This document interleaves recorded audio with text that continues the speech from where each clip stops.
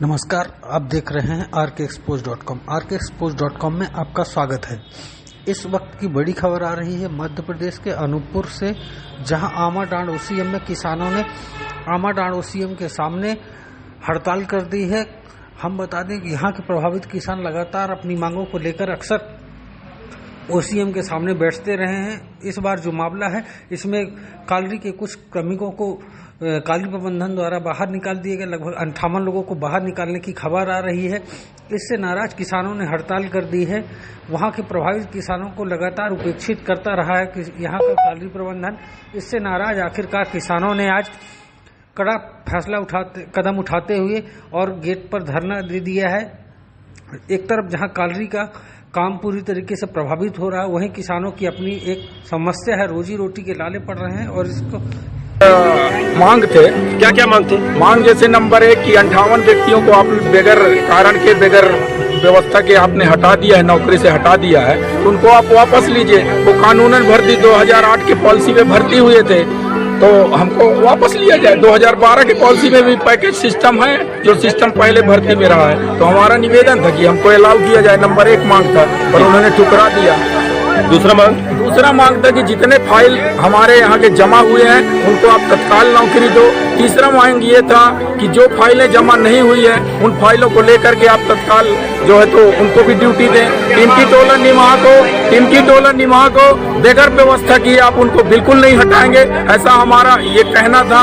और CSR के तहत पूरे यहाँ स्वास्थ्य, बिजली, सड़क, पानी का सब व्यवस्था करिए। तो उन्होंने एक मांग में ही अटक गया, पहले मांग को ही पूरा नहीं किया, तो दूसरे मांग का तो कोई बात ही नहीं होता है। यहाँ तक जिला प्रशासन ने भी कहा, यहाँ तक पुलिस प्रशासन ने भी कहा, SDOP कोतमा ने बोला, पर सबके बातों को नकारते हुए बोले हमारे पास पावर नहीं है, हम ऐसा नहीं कर सकते हैं। तो हम लोगों को फाइनल ये हुआ कि अगर आप ऐसे अलाउ नहीं करेंगे, आप हमारी मांगों को नहीं मांगेंगे, तो हम ये सभी गोड़वाना गणतंत्र पार्टी के नेतृत्व में हम सभी किसानों के साथ आंदोलन को कभी बंद नहीं होने देंगे जब तक हमारा न्याय नहीं मिल जाता है। फाइनल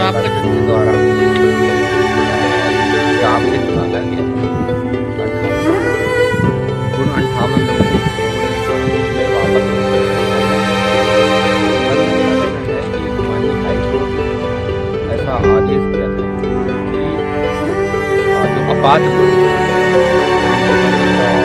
उनकी जांच करें और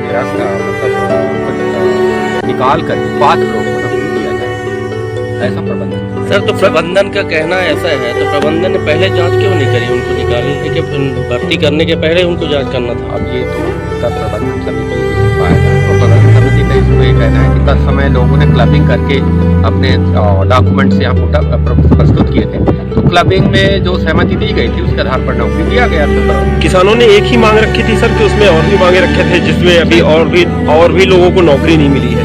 हाँ, वो भी मांग था। तो उसमें क्या होगा सर? अब उसमें वो प्रोसीजर में RCC बैठक जो आयोजित हो रही है, उसमें जो शेष बचे हैं उसमें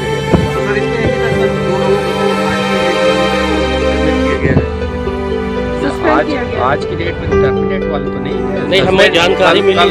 कल एक आध को सस्पेंड किए। कारण क्या था सर? अब ये प्रबंधन बताएगा। अब अलग कि भाई कंडक्ट रूल के अनुसार जो भी होगा, मैं उसके बारे में नहीं जानता, वो इशू नहीं था सर। प्रशासन अब अगला कदम क्या उठाएगी सर? हम आज की जो इशूज पे चर्चा हुआ है वो कल साहब हम बताएंगे। DRCC के अध्यक्ष साहब जी, हम कलेक्टर साहब ने एक निर्देश पिछले DRCC की बैठक में बोले थे कि जिन लोगों के विरुद्ध नोटिस गए हैं और निकाले गए हैं उनकी फाइल कल साहब मुझे पुटअप साहब के पास फाइल पुटअप आ गए हैं, हमारे पास पहुँच गए।